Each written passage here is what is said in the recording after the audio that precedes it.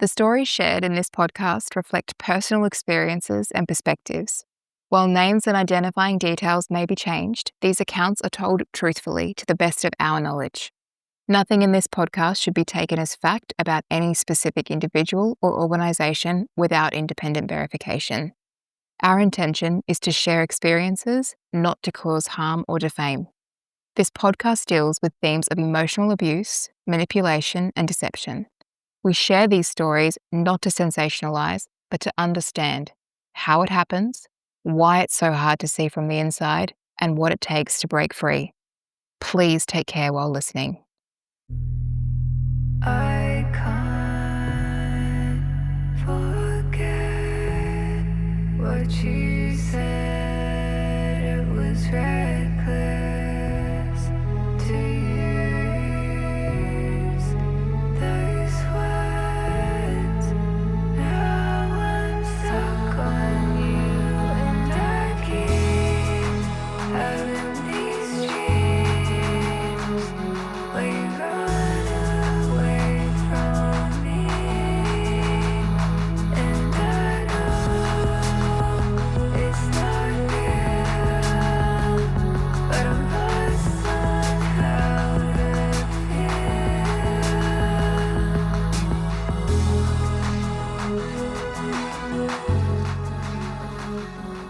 Throughout this episode, we will discuss dissociative identity disorder, or DID. It's important to know we are not healthcare professionals and are neither experts in DID nor confirming a diagnosis of any individual through our discussions. According to the organisation SANE, the leading national mental health organisation for people with complex mental health issues in Australia, dissociative identity disorder is a complex psychological condition characterised by a type of dissociation where a person experiences two or more distinct identities called alters, personalities, or parts. It's usually a long-term condition that occurs in response to extreme trauma.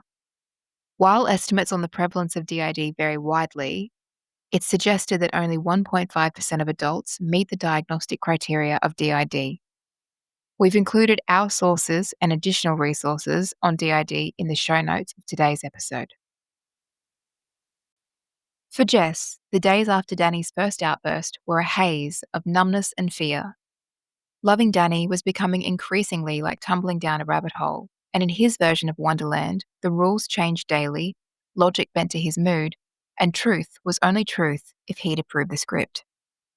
For Danni, it wasn't abuse, it was dissociation. The story had changed again. The vitriol had become an episode.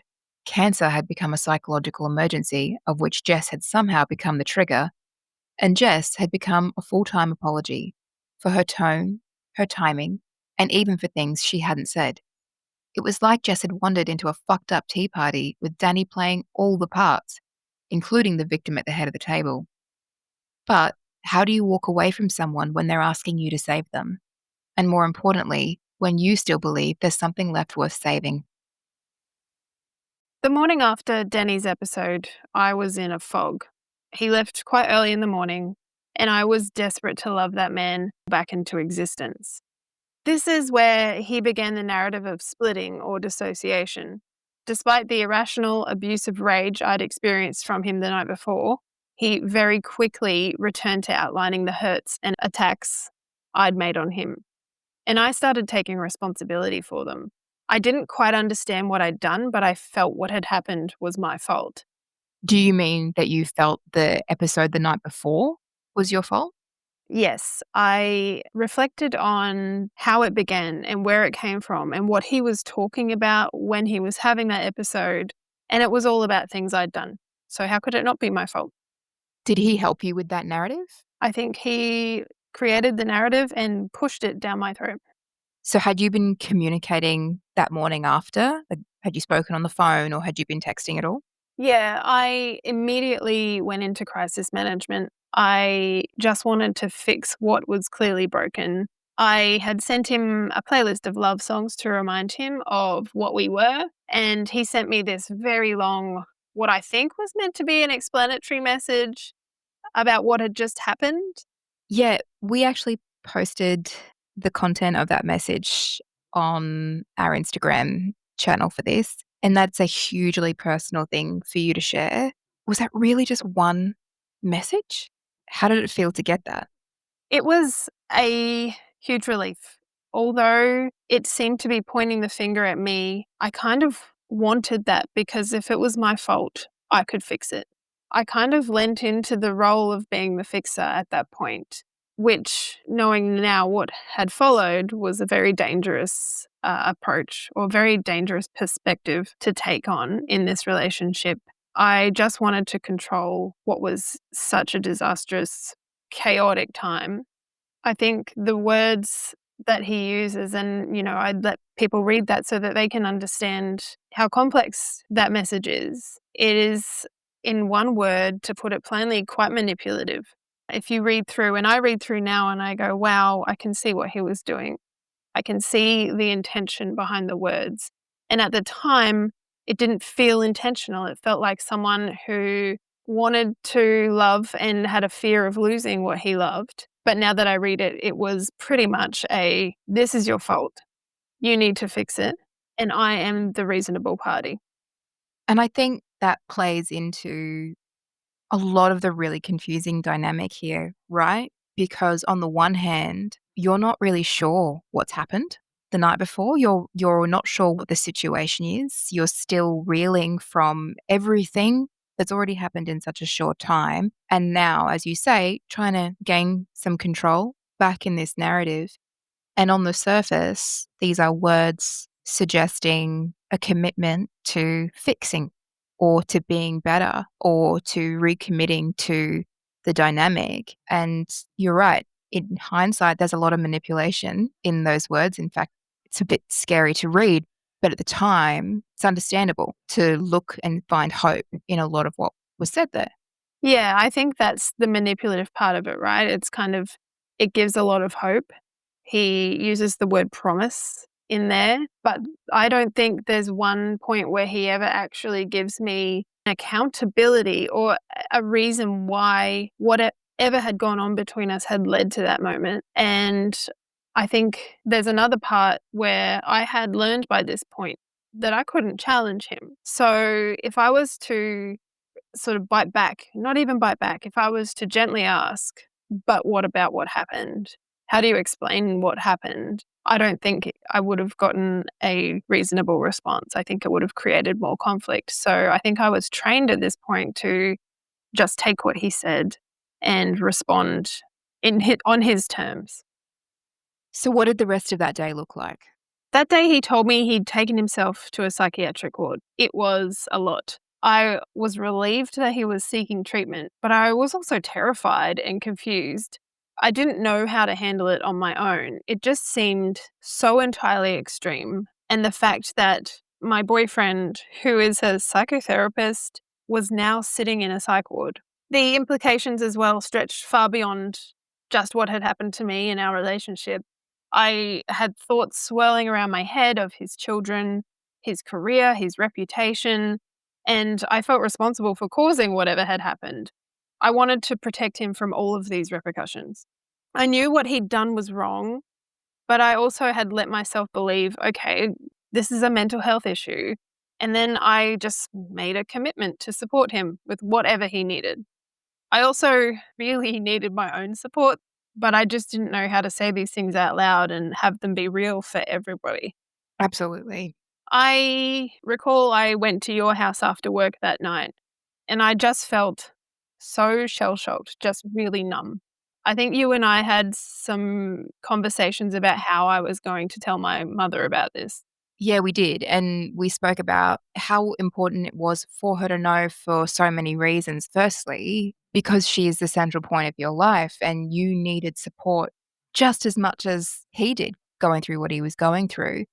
But also, more practically, you share a home with your mother, and this had happened in your home, and he was going to be in your home moving forward, presumably.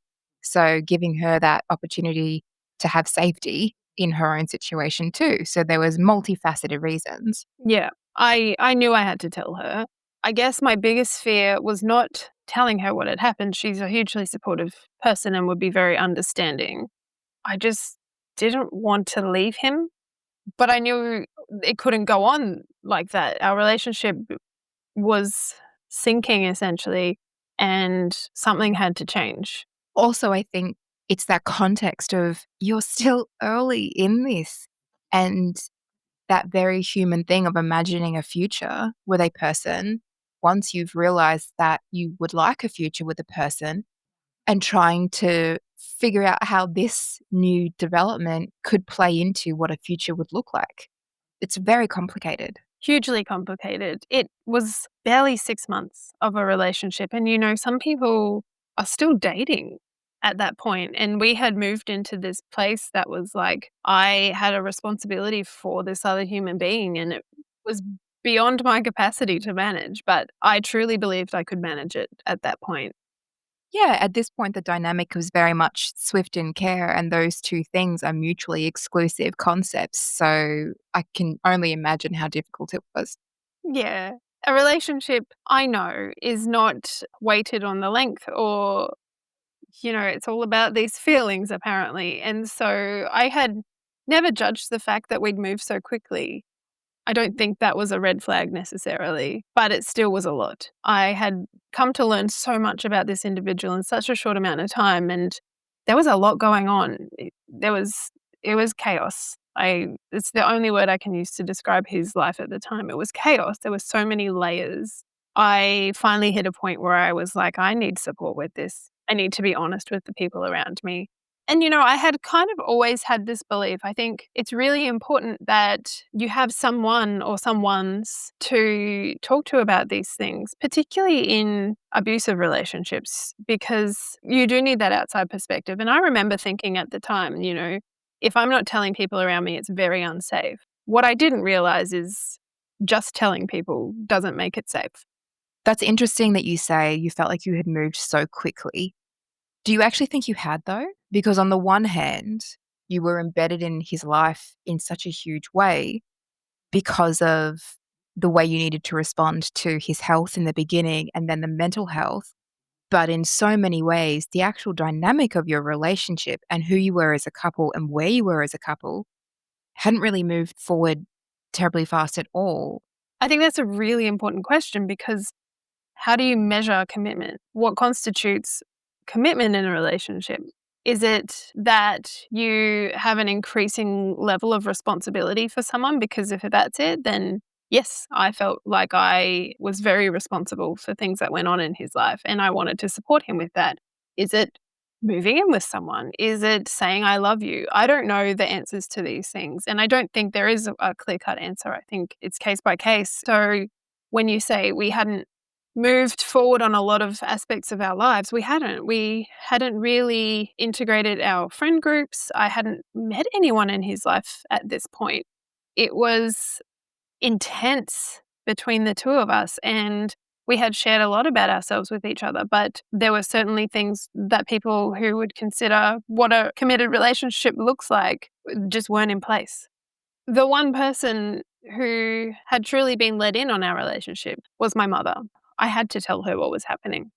When I got home that night after seeing you and talking it through with you, I walked upstairs to tell my mum, and I had thought I had myself together and had a measured speech that I was preparing to give her, and I just fell apart. I broke down, and she at first thought it was bad news about the cancer. She thought maybe his diagnosis had gotten worse. But as I explained to her what had gone on, it was like she was shocked, but she wasn't surprised at all. It was like she knew it was coming.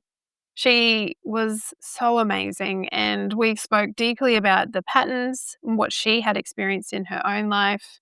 It was actually a huge relief. But at the same time, I still had that element of terror, knowing that I'd exposed this truth to her and feeling like I should probably leave him. So you were thinking about leaving at this stage? Of course. I think I'm not ignorant to what abuse is. I know what it looks like. And I think I said in our last episode, I recognized that it was abusive.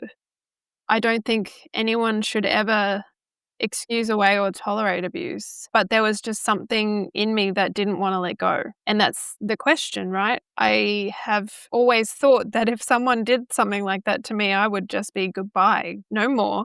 I'm worth more than that, but there was just something there that I just cannot explain.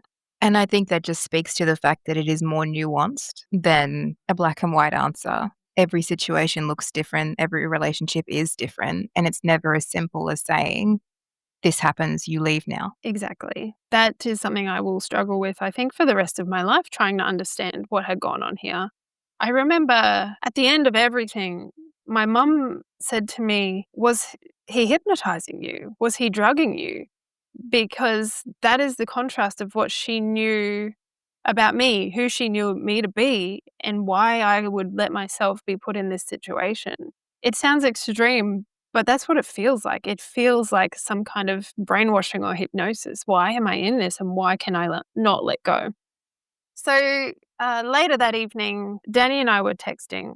He very subtly returned to this narrative of me needing to be safer for him and not holding opinions that would offend him and lead him to the rage or the dissociation, he was calling it at this point. He called my actions harmful behaviors towards him. But didn't that piss you off? I mean, you know yourself, and this is the person that you love, and they're telling you not to have opinions that would offend them. Didn't that make you feel some kind of way?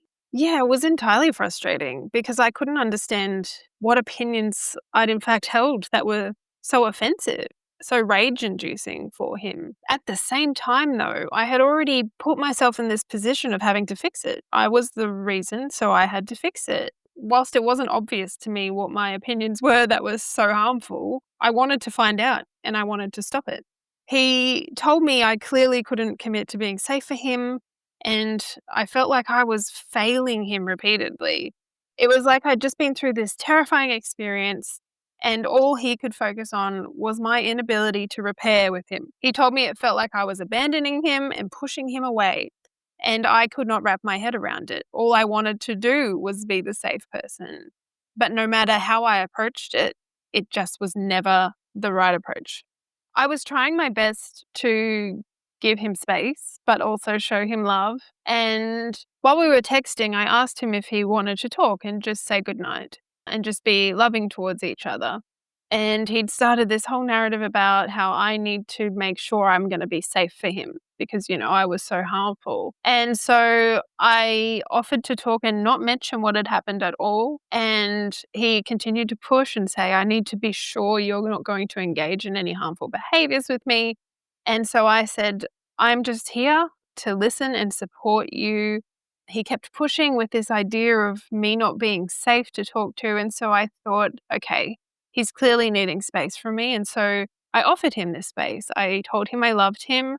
I told him I was going to go to sleep. And then he flipped again. And because I wanted to end the exchange, I was suddenly abandoning him in this. And then he wanted to talk. And I just didn't know what to do. What was the right approach to this? I felt like I was continuously failing him. The text exchange is so big. And when I read over it, I still feel like I'm going to have an aneurysm by the end because there was no right approach, because he didn't want me to feel like I could fix it. He wanted me to sit in this space of I'm wrong all the time. He wanted me to feel that. And I can see that now looking at this. Eventually, I just set some really clear boundaries. We continued to contact via text after that night. And I tried to have honest conversations with him.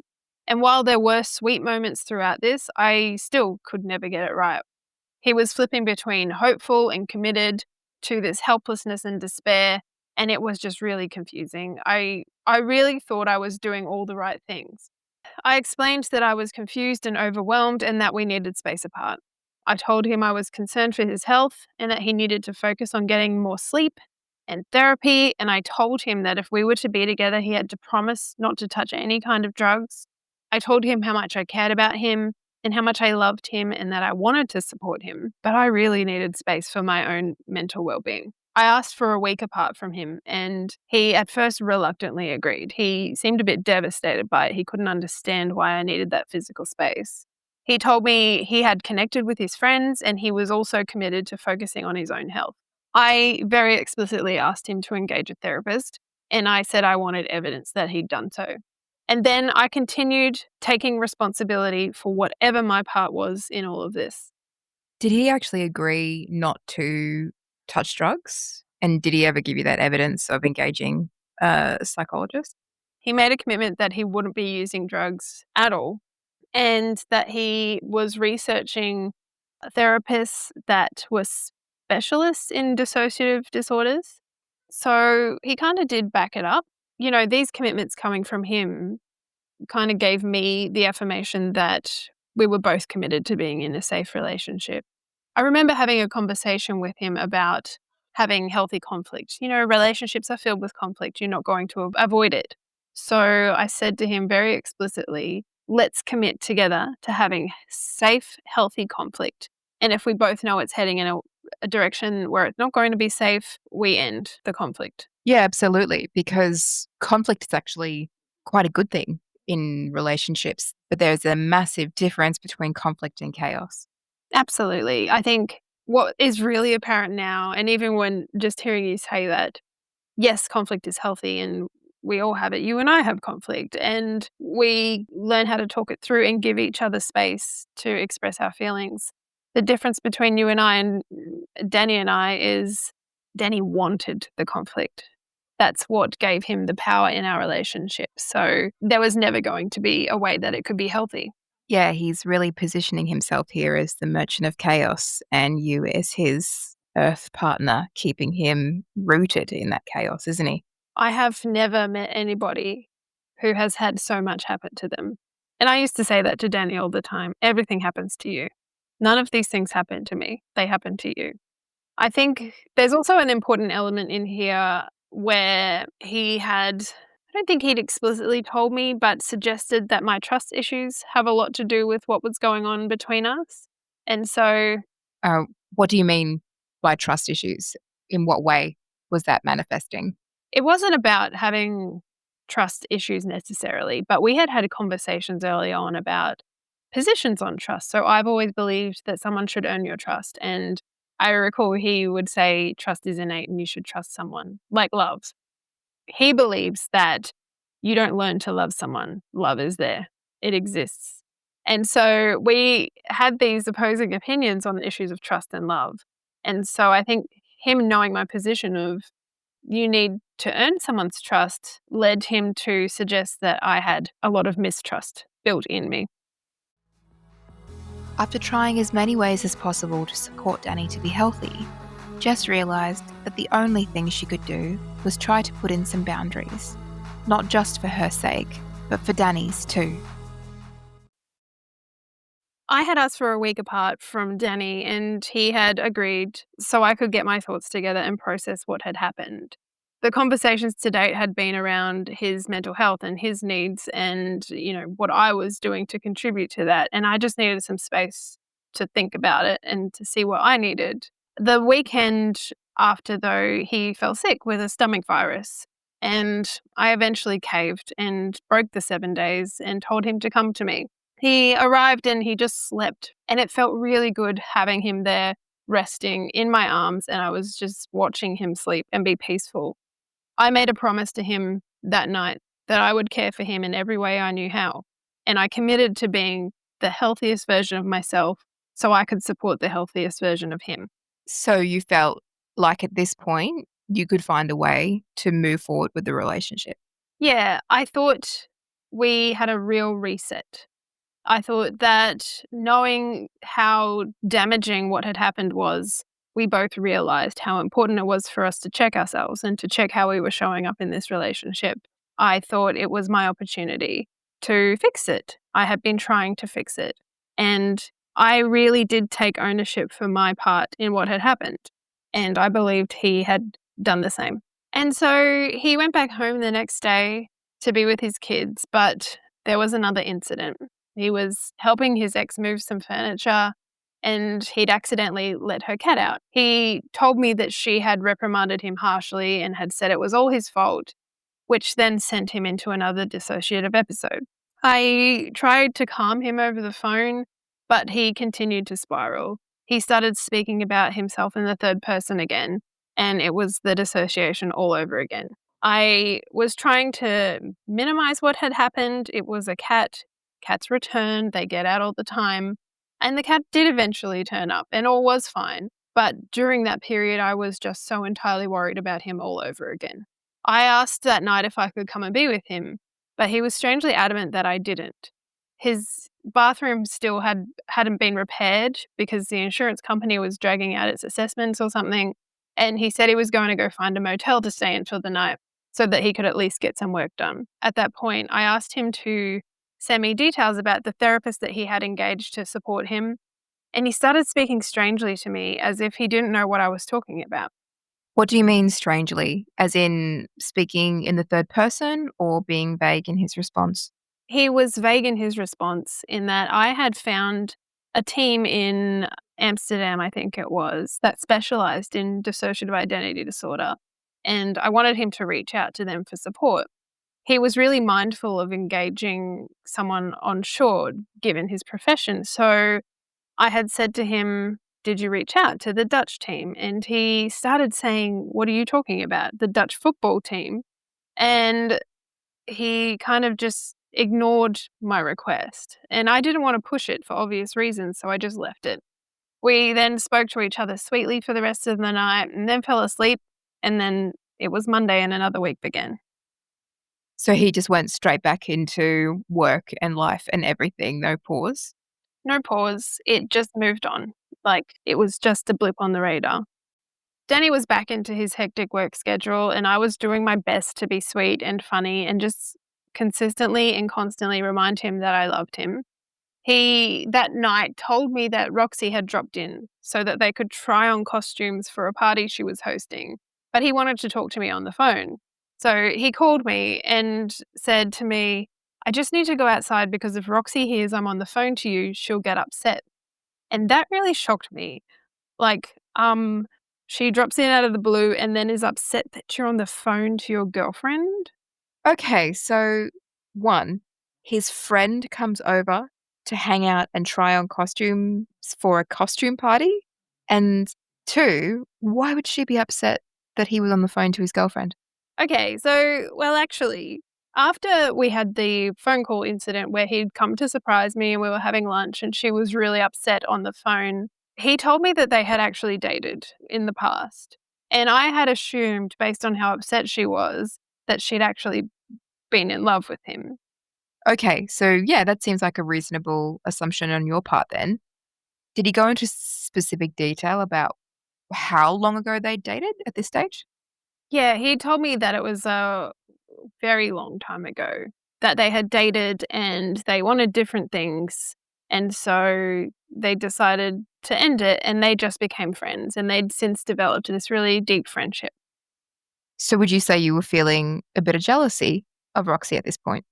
Well, yeah, after hearing that she'd be upset about me being in his life, she apparently knew I was his girlfriend. It was all just a little bit suspicious for me. And I'm a woman. I know what it feels like to have feelings for a man, and there was something in me that knew she still had feelings for him. That night was also in an incredibly good mood, and this is after days of dissociating and putting me through absolute hell. And then all of a sudden, everything's back to normal and he's really happy again. And so when he called me and said that, I kind of was rubbed the wrong way and I didn't want to hear anymore. So I just told him not to do drugs and to have a good night. And then I ended the call abruptly. I felt bad about doing that. So I sent him a text that just said, "Have a good night. I love you. XX." And then he immediately lost it. He sent me an audio message in tears. And then what unfolded was just this whole night of irrational, highly emotional texts. Sticking to my commitment to having this healthy conflict, I told him that I was fine with Roxy being there and that he needed to calm down and just go spend time with her. And I just asked him, please do not do any drugs with her because they had a history of using ketamine and mushrooms, and I just didn't think any kind of drugs would be good for his mental health. But he just kept going. He kept suggesting that I was jealous and threatened by her, and I kept trying to reassure him that it was fine and that I actually didn't care. I told him, "I just don't want you to put substances in your body. It scares me, don't do it." But he kept pushing and pushing, and I couldn't help eventually but to bite back. And this went on for hours. While Roxy was sitting in his house, he was outside in his car texting with me until 2:30 a.m. in the morning.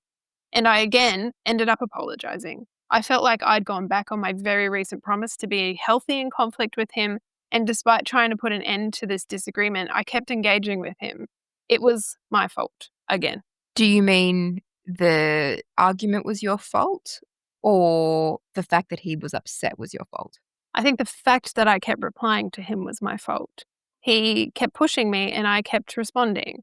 I felt like I had a responsibility to not respond, to not engage. That was my way of being healthy in conflict. But I kept entertaining it.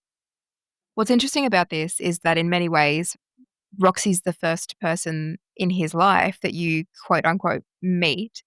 And this is such a strange way to finally start to enter his world and, get to know the people in it. And she must have been thinking some pretty strange things as well if he sat in his car texting until 2:30 a.m. in this very strange argument. It would have been an odd experience for her as well. Well, yeah, I was really mindful that she was sitting in his house while he's outside on the phone and she had dropped in to try on outfits with him. And so I think there was a point in the conversation where he had said to me, I'm getting in trouble from both sides now, alluding to the fact that she was upset that he was on outside talking to me. It was just all very odd. His reaction and all the things that had proceeded surrounding Roxy really had me suspicious about who she was and why she was in his life. He never offered to introduce us before, and he, like I said, hadn't talked about her like she was a good friend. And the fact that he told me they dated and become friends and they wanted different things. And I was fine with that because I had friends in my life that I had dated and end up being great friends with. But this one just seemed off.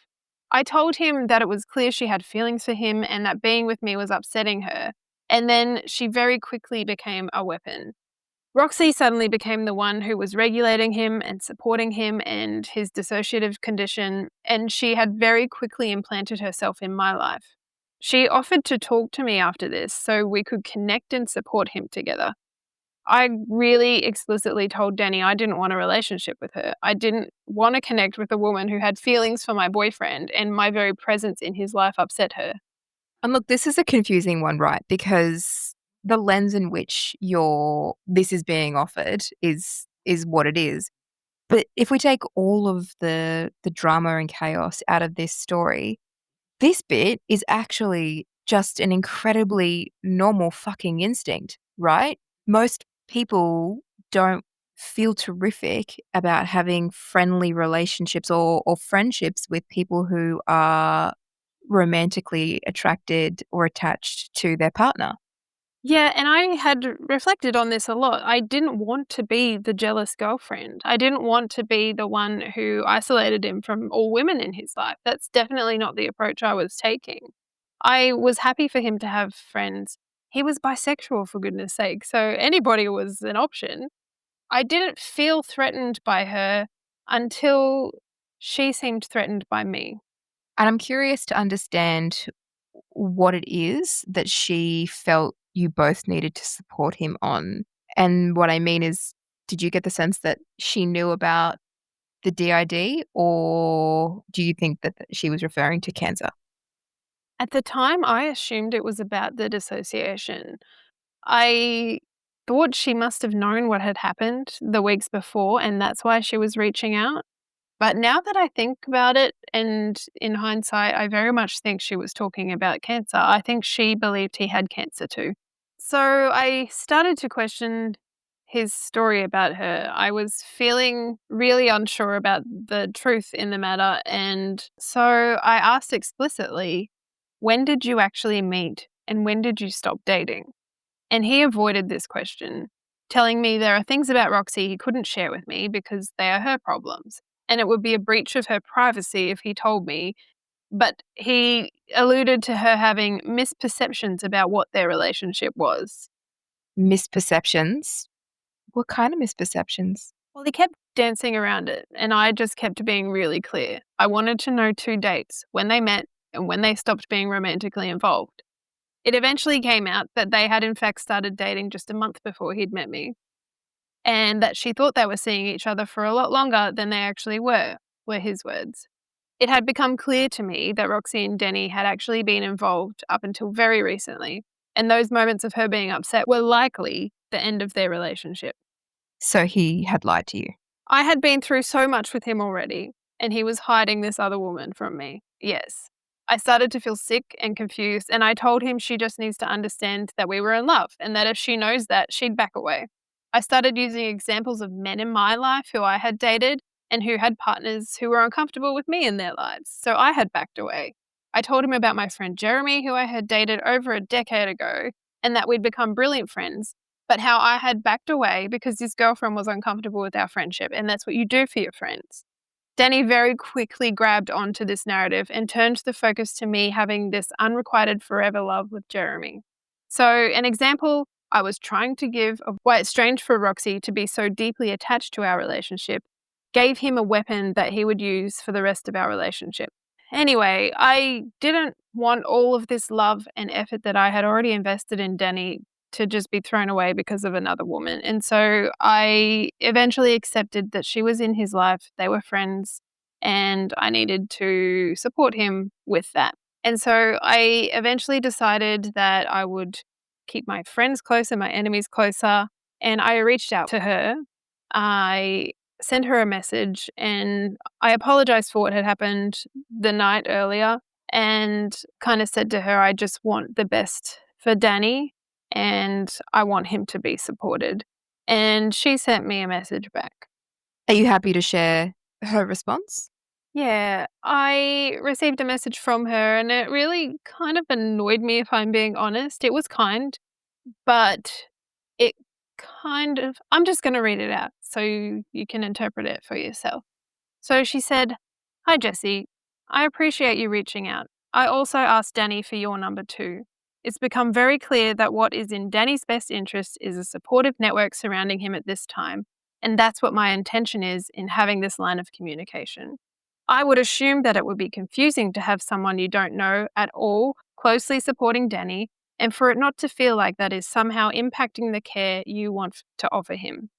I could be wrong there, but it just made some sense to me that you might feel that way. From where I'm standing, it doesn't need to be either or, especially when this is such a big time that really is too much for one person to hold and carry him through. I can see that Danny needs people who can really offer patience, understanding, and compassion during this time. I hope we can both be that for him. Take care and feel free to reach out if you need to chat. I know I should have been more gracious, but she didn't actually acknowledge any of the harm or pain that I'd been through over the last few weeks. I know it wasn't really her position or duty to do that, but I could not swallow the idea that Danny was the innocent victim who needed wraparound support, and I just had to suck everything up and that I was wrong because of it. She made me feel like a supporting character in my own relationship. I wasn't okay with her in our lives, but I still tried to move past it and be respectful of their friendship. Despite the ongoing presence of Roxy in their dynamic, Jess and Danny were working through these new challenges together. But by June, the cycle of chaos to peace was becoming more overwhelming, and Jess found herself increasingly desperate to gain some control of the cycle and stay in the peace. That week, Danny and I felt steady, surprisingly. I had accepted Roxy's presence in our life. No, you hadn't.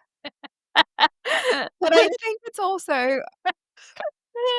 No, but what I mean is it's a very natural thing to accept that someone's going to be part of your partner's life and maybe not feel comfortable with it. Also, there was a lot of interesting words used in her message to you, and her commentary around him needing people who could show him compassion and be supportive was really jarring. Well, for me, is really jarring because of what you had been going through too. And, it's confusing to know if she knew much about what was going on, but it definitely it feels accusatory looking at that when that's exactly what you had been doing. So it's okay if you hadn't accepted her presence.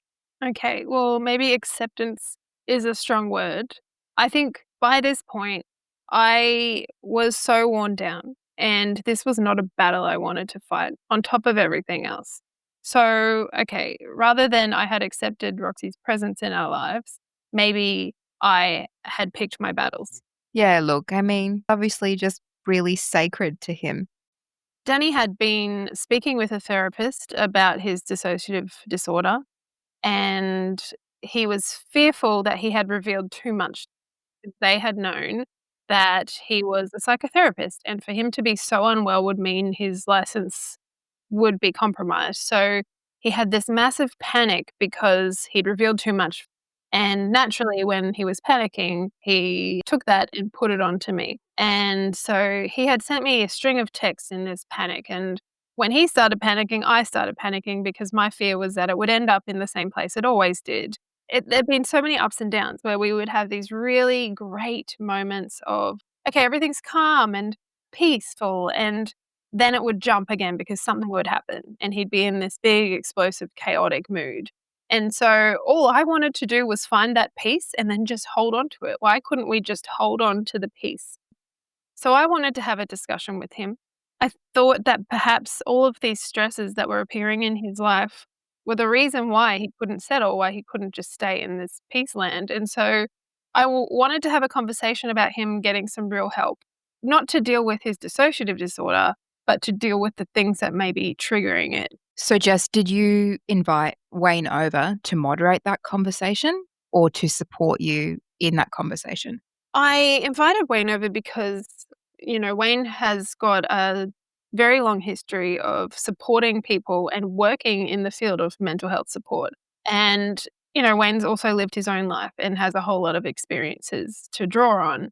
Because Danny was going to come over and see me that evening, I asked Wayne if he could come to my house and help me have a conversation, because by this point I had learnt that whatever the deficit in my communication style was not helping Danny, was not getting through to Danny. And I thought Wayne is a very measured, patient human being and knows how to talk to people. And so I thought he could support me with that conversation. Maybe a little bit of moderation, but mainly so that he could help me articulate what I wanted to say. I asked Wayne to share his memories of this conversation, what he had observed of the developing chaos cycle, and how his insight into who Danny was may have been changed by bearing witness to a different version of Danny than the one he had met back in March. Wayne, how much did you know about what had been going on with Danny and the challenges that Jess was experiencing, both with Danny and otherwise, when she asked you to come and be part of that conversation?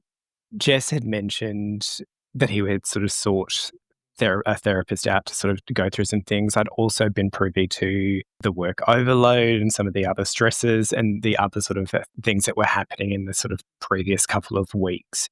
I wouldn't do this for just anyone, but I would move mountains for Jess. So I was more than happy to come over and support the conversation and just try and remove emotion. Like with any sort of narrative, there's always three sides, right? And so I saw my role as trying to sort of just get to a position of understanding so that they could re-baseline and hopefully move forward in a more constructive manner.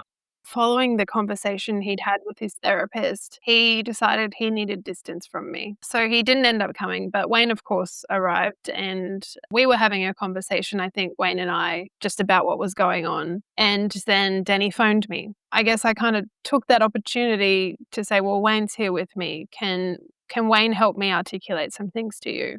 And he seemed open to it in the beginning. So I put him on speakerphone and we had a conversation. Wayne, what was his energy entering that conversation? Can you talk a little bit about how you recall it all started and what happened then? Yeah, I think there was an element of surprise. He definitely wasn't as vivacious as he was in the actual first time I met him face to face. But I think he sort of got over that initial shock quite quickly. And, I sort of entered the conversation, checking in on his welfare and well-being and understood that things have been a bit tough lately. And I don't really recollect how we sort of started on the conversation. I think he sort of tried to regain the sort of alpha male top dog, leading controlling the conversation. Jess, I don't know if you can remember sort of the first initial talking points. What stands out for me is I think he had started a phone conversation with just me. And what was really obvious was when Wayne entered the forum, he changed. So he was really good at performing this helplessness, I would say, when he was talking to me. And I think it was a challenge for him having to want to regain control of that situation, but still maintain that tone of helplessness. So he had to be vulnerable with Wayne because that's how he'd started. The position was, I'm falling apart. I've had this conversation with my therapist. It's a big disaster. Jessica, help me. And then when I put the phone down and said, well, Wayne's here and he can help us both, I think he was sort of like, oh, I need to start monitoring my performance here because I've got another audience member who is outside and not attached emotionally to me. And so that was what I noticed was the shift in, okay, how do I maintain control as Danni, the psychotherapist, but also still have this performance of helplessness and chaos that he would give to me. So that's what I noticed. And I think he struggled with that the whole conversation. I would agree with that. And I think sort of, we set the tone, or I set the tone of the conversation, letting him know that I was aware of some of the things. And, some of the takeaways for me that I wanted to get out of the conversation was, obviously I'm talking to a clinician who knows their stuff, they're well educated in this, but to just try and remind them back to some of the core principles on, mental health and well-being. The main thing is that obviously taking illicit substances is never a good or an appropriate decision, especially when you're at that sort of breaking point. And to remind him, in my clinical experience, reminding the audience that I'm no longer a clinician and haven't been for a long time. But when I was a nurse, there were many people that would come into a locked mental health ward for executive burnout. And even the nursing on staff, they may know a diagnosis or a history, but they're not there to judge. It's definitely a time to sort of take a break from all those external stressors. And that was something that I really wanted to encourage him and even offered to sort of help him with that. How do we get that narrative? How do we get him seen and assessed and sort of to take a 2-week or a month break from everything else? But the tone quickly shifted, I think, to him trying to sort of regain control and to sort of turn the narrative back on, well, Jessica's actually the problem in all of this, in the way that she communicates, in the way that she responds, in the way that she's not supportive. So I was like, well, let's have some examples without emotion, because the way that information is communicated, it may not be received in the intent it's given. So let's look at some examples on breaking that down a bit so that when Jessica says this is actually what she's trying to say. It may not come through in the written or the verbal, but the subtext, which is very, to me, clear, but that's maybe because I've known Jessica my whole life, is that, to try to remove some of the sting from it and to stop for him from going from 1 to, 100 so rapidly.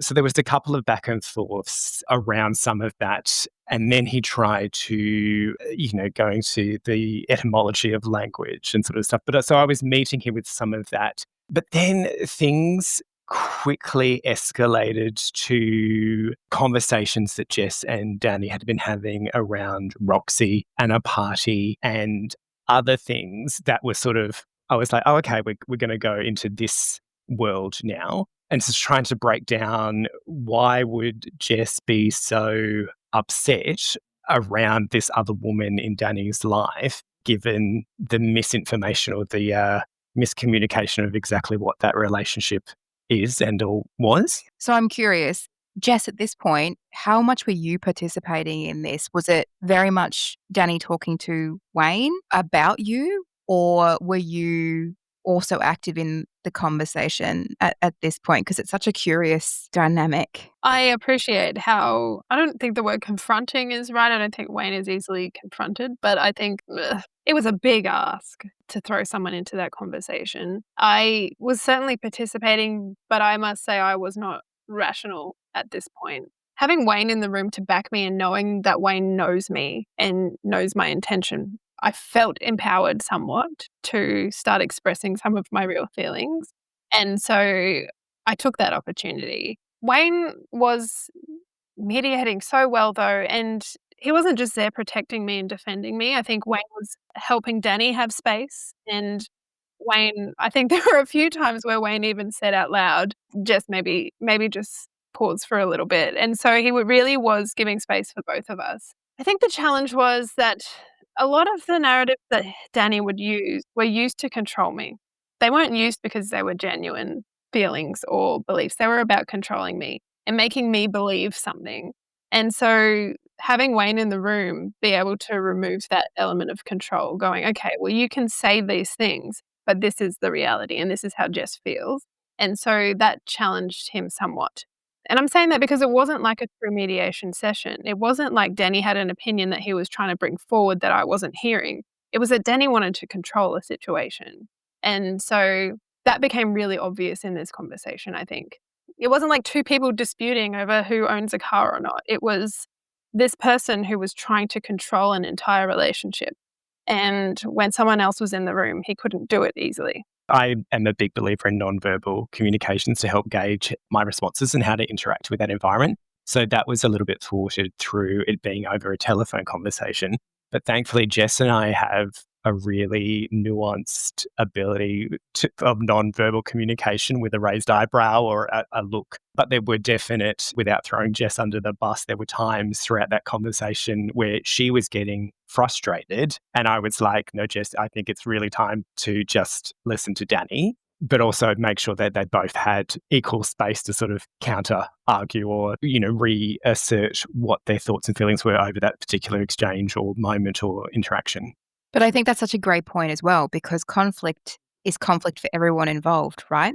So there's no perfect way to engage in a conflict. So it's natural that Jess's temperature would be rising. What's really curious about this, and Wayne, I'm keen to hear your perspective. So it obviously starts being a conversation about everything that's going on for him, the drug aspect of it, what he was going through from a mental health perspective, quickly turns into a conversation about Jess not being able to be safe for him, and then into the Roxi dynamic. Did you feel he was being deliberately scatty across those themes to try to move into that control, as Jess was saying? Do you think he was avoiding conversations about mental health or drug usage and trying to turn it into something else? Because it just feels like he was navigating as many different things as he could to try to keep the conversation where he felt safe in the narrative.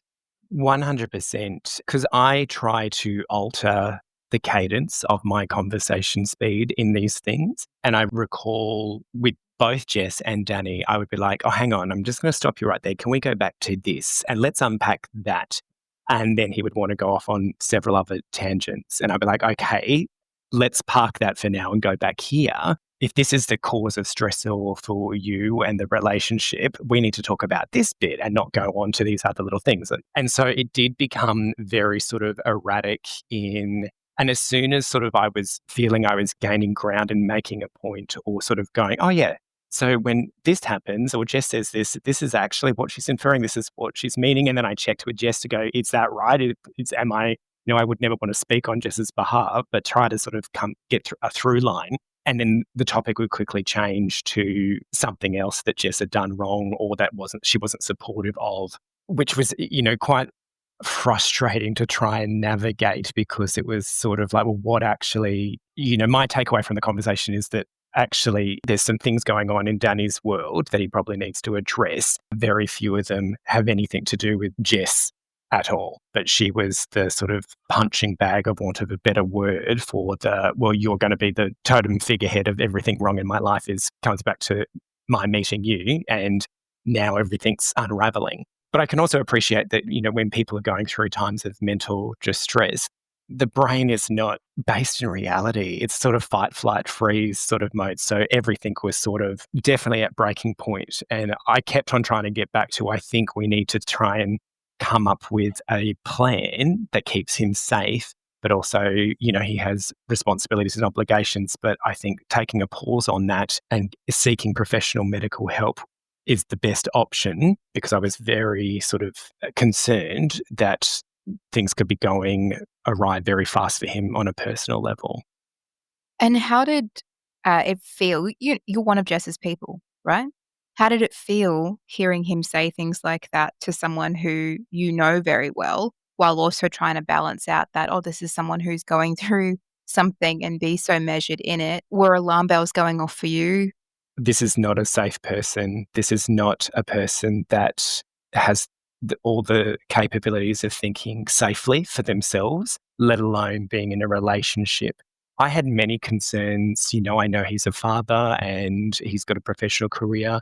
But my main concern at that point in time, and I think it sort of cemented some of my own thinkings of interactions and what I'd heard from Jess over the past months, that I was like, I love Jess with all my heart. And I know a lot about Jess's history. When the phone call ended, we hung up and I said, "You're in a relationship with your father and that's not good. So we need to come up with a plan on how do we get out." And Jess, your perceptions of this conversation then. So you're hearing all of this, but you're also you're being riled up by someone who had gotten very good at knowing how to rile you up. You're the punching bag, for want of a better word.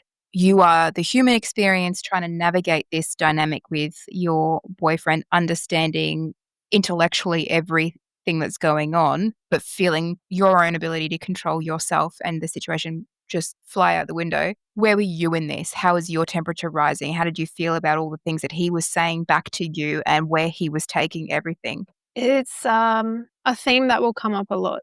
And I think we touched on it a little bit earlier, was having Wayne in the room was entirely validating because there was someone else witnessing what was happening for me. I felt like, I don't want to use the word victim, but for lack of a better word, I felt like the victim in this situation. And so having someone else sit there and be able to witness what I had been for the last few months was validating, in that there was no way you could have a reasonable conversation with him. And it was entirely frustrating. And, I escalated in that conversation. And because it began from this position of care from both Wayne and I about his life and the stress in it, and how he needs some kind of permission to just pause and have a break and recover from, or just rest. And then it flips into a conversation about me being jealous about a woman in his life, and a woman that he had lied to me about. It didn't end up being the conversation that I thought it would, but that was always my conversations with Danni. So that was really validating. But again, I loved him deeply. And even though he frustrated the shit out of me and he was doing damage to me, I loved him and I didn't want to let go. So it was this is the same theme. It's kind of like, I know, I can see, I can feel the frustration, but I was tethered to him and I couldn't let go of that. And I did it for a long time, and it blows my mind. It just blows my mind constantly. Why on earth did I stay with this person knowing what he was doing to me? I'm really glad that Wayne did that for me. I think it was entirely awkward and weird, and it didn't result in anything but someone else witnessing what I was experiencing. And I think on reflection of the conversation, because I knew that they are a therapist and for me, the brain is the most fascinating organ. And I really was trying to remind him, that when anybody seeks therapy, they may initially go into, wanting this third party to fix them. But a therapist is all about reframing the point of view. And so I constantly tried to reframe, to go, well, absolutely, you can absolutely believe your point of view or your story, but let's look at it from the multifacets of reality on when communication happens. And especially because a lot of this communication was either through audio texts or, text messaging, that takes away some of those nonverbals or the nuancing of, meaning in words. And I think that really frustrated him when I was using psychology on a psychologist, because I was very clear that this is not about fixing him. This is not Jess and I getting up on him. There was even a point where he sort of tried to get me on his side to sort of then be against Jess and counterattack that. And I was like, Jess is many things. And I think, in the very first episode, one of the words I said about Jess is stubborn. But I love that about Jess, is that she is stubborn.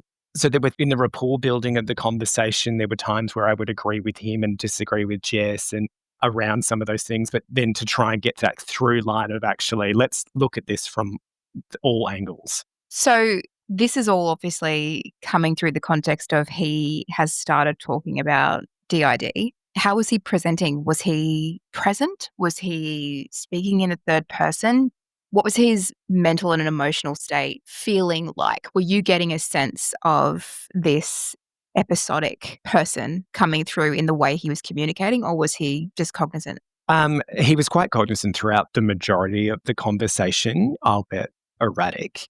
But this is not my first rodeo in regards to that sort of presentation. And again, I was not entering this conversation as a clinician, but there's things that sort of occurred that led me to the conversation to run, because I was like, this is not, to me, my understanding of dissociative disorder, noting that everybody presents differently. But I knew whenever I was sort of gaining some ground or traction or moving things forward, there would be I need a minute. But the call actually ended with a larger scale dissociative episode. Right when I thought I was on the crux of getting, I would get him into a treatment facility and orchestrate that from the back end to get him a pause on a semicolon, if you will, on what was currently going on for his life. And then, this sort of big, very dramatic, you're losing me, he's coming through, and then lots of weird periods of silence that we were like, okay, Jess and I didn't buy into that behavior in respect of, if this is a reality for him, let's give him a moment to regain and see if the split or the unsplit or whatever was going for him could be rectified and he could regain return to the conversation. The last episode was the bit where it's sort of like, we're not getting anywhere. Let's sort of, I think you need some sleep and sort of let's call it a day and we can reconvene at a future date. Is that your recollection, Jess? I can think there was a few episodes during the conversation, but then there was that large major one where we thought,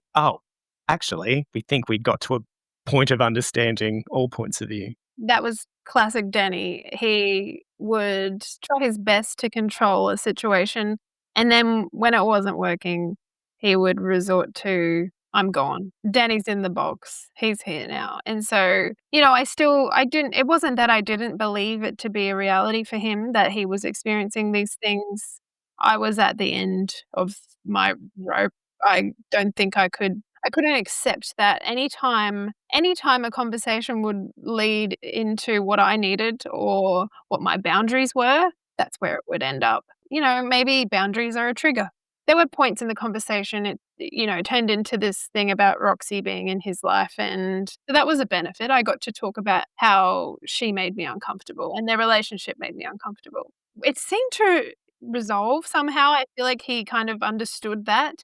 But then I think within a minute he was like, oh, well, Roxy's having this birthday party and I want to go to it. And it's going to be around a fire and, just with her closest friends. And I think I said, can I come to that party?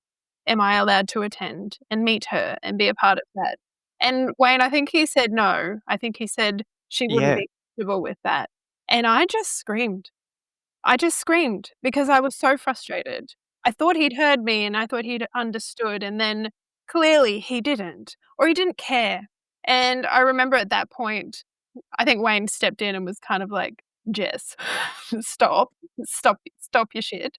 And rightly so. I mean, that's not a way to communicate. But I will acknowledge that I cannot communicate within emotion very well. If I'm feeling overwhelmed with emotion, the words aren't going to come. And so I just hit that point and just screamed. Well, because that came right after a conversation around the binary of male and female friends outside of relationships. And it was okay for Danni to have this, but it was not okay for Jess to have had a pre-existing romantic and or friendship with men. And so a part of that conversation, I was trying to let's put put it on the other foot. If this was Jess asking this, how would you feel? Would you have a level of discomfort if she's going for a weekend away with some guy and it's going to be, fire pits and I don't know, existential drug users, And that was what was entirely frustrating about it, because it wasn't, of course, there probably was some jealousy involved, but I had made a choice about their relationship that if he wanted to be with this person, he can go and be with this person. He doesn't have to be with me, but he made a choice to be with me. And so I wasn't going to let jealousy take over. But my main concern was the nature of their relationship was about drug usage. They would do drugs together. And then the idea that we're having this big discussion about his mental health and his well-being and how we can make him stop spiraling into these really damaging episodes was that he would need to look after himself and not use drugs and give himself space. And so, to jump in and be like, I'm going to go to a forest party with a group of people who I typically do drugs with. I mean, and then say that I'm not allowed to go. Why? Is it because you're going to be doing drugs with them? Probably. And so that was my frustration. First and foremost was I am suffering at the hands of your mental breakdown and you're doing nothing about it. The overall sort of theme of that conversation was around the drug use and the discretionary decision-making faculties once you engage with that. And I don't want to speak for Jess, but looking at somebody who's may or may not have just gone through cancer treatment, there's a lot of things going on professionally, personally. And if he was using drugs as an escape from reality or the responsibility of life, that was a hard boundary that Jess was trying to enforce, that if you want to be in a relationship with me, like that habitual drug use is not great, not because she has a value judgment on people who use drugs, but she can see the cause and effect of recreational drug use and what it was having an impact on him and his life, mostly his decision making when he was using. But then he would turn it on that it's just because she's a jealous girlfriend and all these other bits and pieces around what his expectations of a female partner should be for him, opposed to how Jess sees herself as an independent woman, so I feel that was some juxtaposition happening there. But the whole thing was about trying to keep him safe. And then all of a sudden, oh no, but I'm just going to go on this sort of like drug-fueled bender weekend, although life is pretty shit right now and nothing's working out and everything's falling apart. But hey, I need some me time to sort of relax. In my head, I'd had conversations with my mum about all of this and had revealed it to my mum. And my mum was, well, he's welcome in this home, but he cannot do drugs. My mum has worked in corrections and, she was explaining to me and talking about some of the prisoners, and she could see their behaviors when using drugs and they aligned with Danni's behaviors. And so I had in my head this fear of, what if he takes one too many and we lose him forever? So it very much was about his mental health and his drug use. It's interesting as well because we spoke a little bit earlier about the text exchange you had with Roxi, which was very much seeming like she wanted to present this unified approach to supporting someone that you both cared about. So what's curious for me as well is his commentary that she wouldn't be comfortable with you being present at the birthday party when it seemed to be, from his perspective, when it suited him, she was driving the narrative of a united front. So I think that's pretty curious in that as well. It's quite ballsy, and I think that's when Jess would poke some holes in some of that narrative as when this weekend came up, and then I would also poke some holes in and say there's rules for one part of the couple and rules for the other, and that's when it all sort of started to untangle, and that's when it sort of was the dissociative episode peaked and reared. But I do recall through that conversation, they had mentioned that, I will, solemnly swear that I will not take drugs. I'll never use drugs again. And I was like, well, actually, to date, words and actions aren't really aligning. Not that I said that explicitly to them, but I was like, well, these are just words and they're in a heightened emotional state. The actions need to speak louder than any of the words here. And they did bring up a lot about trust, that Jess is not trusting of Danni, and they can say one thing and do seven other things, but then it was a little bit mind-blowing. But then that's sort of when it all unraveled and the holes was sort of becoming larger and larger, that like actually you're wanting your cake and eat it too and try and make someone feel really shit about their existence to satiate something that's going on for them. And Wayne, do you think he was threatened by you? I think so. As a gay man, I reflect on something Jess mentioned after the very first time that I met Danni, and Jess and I had been talking, and there was like an offhanded comment that Danni had made that, he and I would sleep together. And I was like, not in any way, shape or form. I'm in a very long-term loving relationship, and that's not anything that I'm there. But there was that undercurrent of this alpha male sort of, that top dog, that he could sort of, somehow get into my bed, which I found a little bit ludicrous. But during that conversation, there was definitely a war of control trying to happen. And I'm not the most assertive person. Professionally, I can be, but I think because I wasn't letting my guard down and I was there to support Jess, I was like, hang on, let's just common sense this. This is nothing's adding up for me. And when things, that trust the gut instinct, I think. And because I sort of was a dog with a bone, I was like, no, your viewpoint is valid. It's yours and it may be real to you. But looking at the other sides of the coin, one and one's not adding two. So I think because I kept on unemotionally, I was actually quite proud of myself that I wasn't escalating my cadence or the way I was speaking. I was sort of like, actually, hang on, let's just go back here. And I think as soon as it became apparent that there was like 12 or more sort of like major plot holes in some of the narratives and his recollections or viewpoints, because even through that conversation, he would pivot on whether he was winning or losing an argument in his point of view, he would change the trajectory of, I'll try this path now. But I think as soon as he thought that I wasn't going to let up on calling bullshit, that's when it's sort of like, he doesn't have control in this and it needs to sort of go back to the man cave and think. I think he'd made some massive assumptions about who you were as well, Wayne. Mm. In that conversation, like, I know who you are, but I think he made some massive assumptions about you as a gay man. And I think he thought, he's bisexual. He can, I don't want to say be the temptress, but I think he thought that maybe you'd be a puddle at his feet as well. And it just wasn't the case. And so he did lose all of that control. I don't think we saw you again as a couple after that.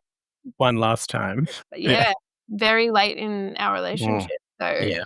and it's quite funny because he would often refer back to that conversation in future arguments or future conflicts, and he would say, go talk to Wayne. He knows you're abusive, because of the time that I screamed. And that was it. I was an abusive person because I was frustrated and screamed while Wayne was there. So it was really validating for me to have someone else witness that. Jess, you've mentioned that asking Wayne to do this was a big ask. I'm wondering whether, we've spoken a little bit about you were recognizing at this point that this was an abusive dynamic.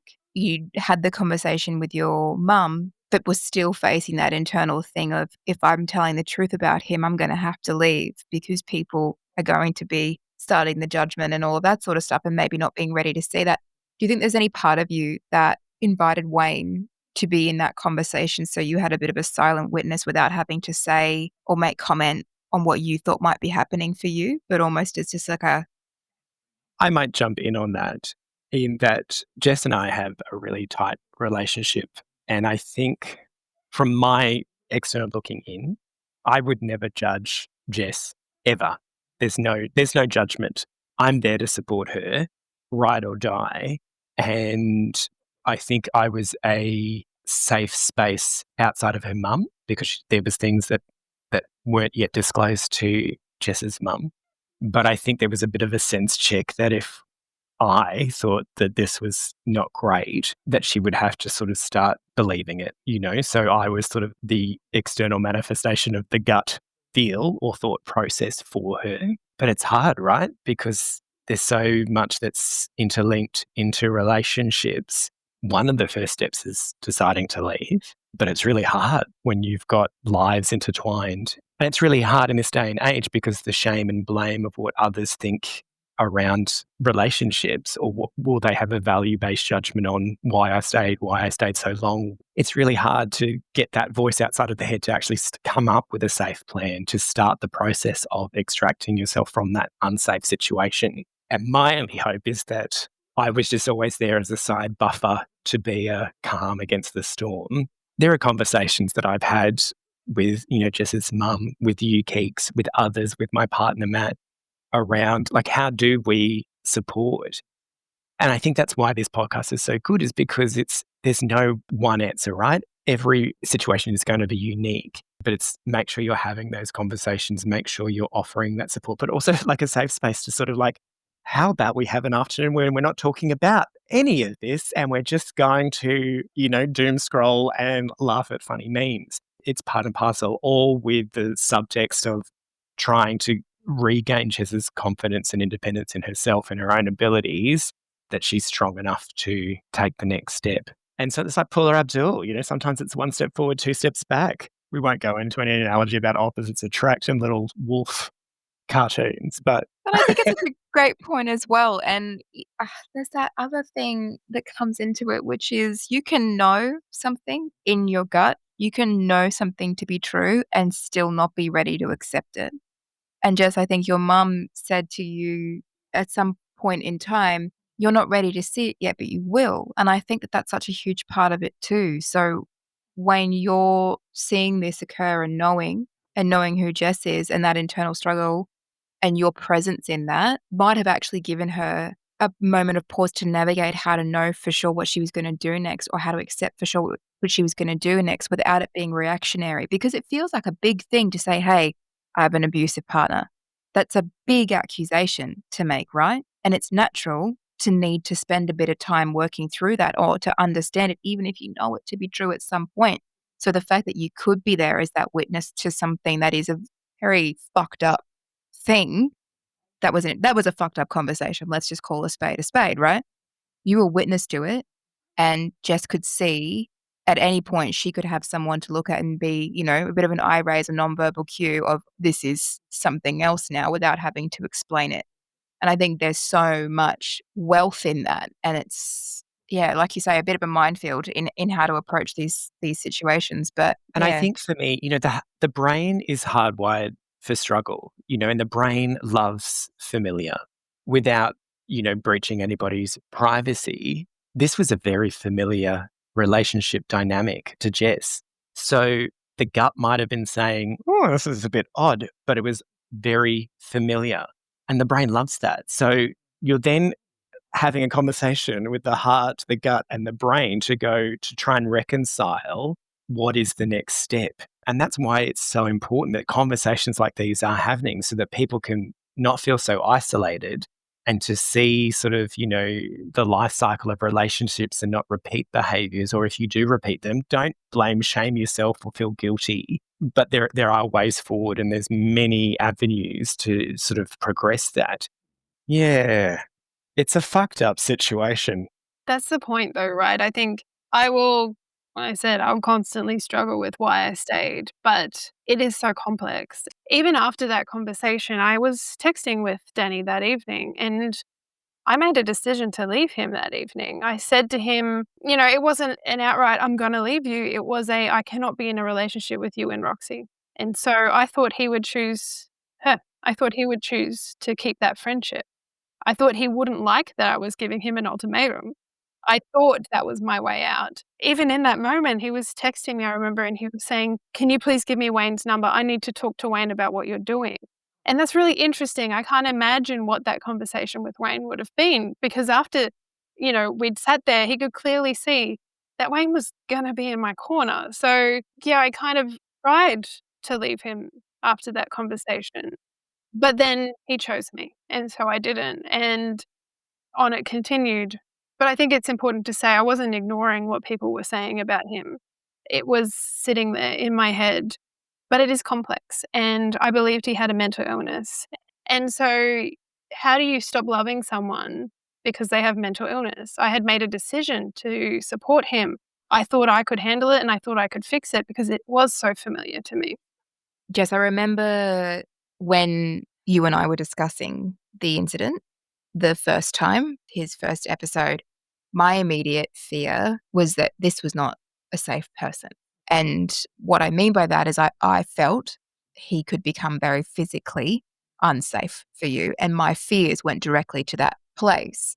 You said something interesting before about your mum's experience in the corrections and observing patterns of behavior in Danni that she had seen in inmates affected by drug usage. When you and I had that conversation, you said, I don't feel unsafe with him. Do you still think that he could not have gone to a place of being physically unsafe? And Wayne, I'm interested in your perspective as well, having witnessed this conversation. There's a difference between someone having the capacity to be a violent person and somebody who is suffering with mental illness. Based on this, do you think that he could have gotten to a point of being violent or physically unsafe? That's a really interesting question because when you're studying psychology or when you're working in these fields, You are taught that you cannot predict violence. You cannot predict whether or not someone's going to be violent from a past history. And I don't mean that in like, of course you can do assessments of recidivism and looking at what someone's done in the past and what they might do in the future. But I had taken that to be, he's got a mental illness, but I then cannot call him a violent person because of it. Whether or not that was some kind of ignorant justification to try and get myself through it, I don't know. But I really never did feel physically unsafe around him. And I think within the mental health field, risk is what's communicated a lot. For me, during that conversation and what I'd heard and known about the relationship, at the outset, the risk was about themselves. And that was the initial sort of targeting of the conversation, was around trying to keep them safe. When it verged over into this is impacting other people's mental health and well-being, that's when I sort of got more serious around Jess, I think you need to extract yourself from this. But it's really hard going back to those normalized patterns of behavior. If you grow up in sort of households where these sort of patterns are sort of normalized, and because of the work professionally that Jess and I have gone into, some of these sort of that may be seen as alarmingly red flags to others are sort of normalized behaviors, and you clock them, but you don't necessarily interpret them as you would for somebody else. The nuances is really sort of interesting, but definitely, I'd known some things. The risk to Jess later became more highlighted to me. Yeah. I was so worried about his well-being. I just didn't care. I got to a point where I didn't care about myself and I wasn't looking after myself. The justification is, Jess, the whole time I've known her, she has an enormous amount of empathy and compassion. And some of the work that she's done professionally, she has to remove her emotional baggage from the way that she interacts with clients or the work that she does.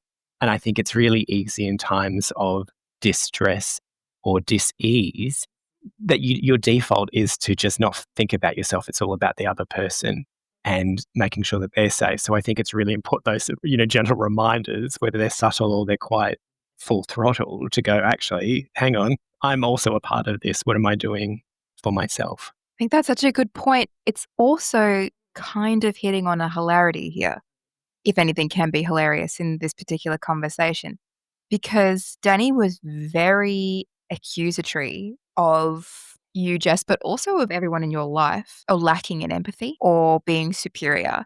And what's so funny is that listening to this conversation, everything that you did, Jess, was centered around how to support him. And you're a human being and everybody's perfectly imperfect. And Wayne, your approach to this conversation was through the lens of empathy. And yet that narrative could so easily become, you are not empathetic enough because you are not being empathetic in the way that I need you to be, or whatever it might be. It's really interesting to think about that now.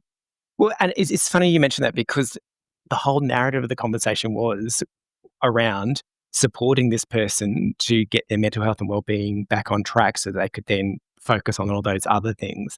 That's a big point, is that a lot of the accusations against Jess when it came to Danni was that she had no empathy, she had no compassion, that she was targeting him just by her actions and or inaction, or by existing, was a sort of a smudge on his reality of existence and the way he wanted to interact with the world, which is really sad for them, because Jess is a beautiful, compassionate, empathetic person, and he missed out on gold. What was that experience as, not just a mediator, but as one of Jess's people, like for you? Yeah, there was a moment where I, under my breath, looked at Jess and mouthed the word run. Next time on Beyond Curious, we explore how Jess navigates one of the most confronting parts of the story: what happens when you start to let people in. But when every answer begs another question and every confession opens a door, what do you do when not everyone who steps through is there to help?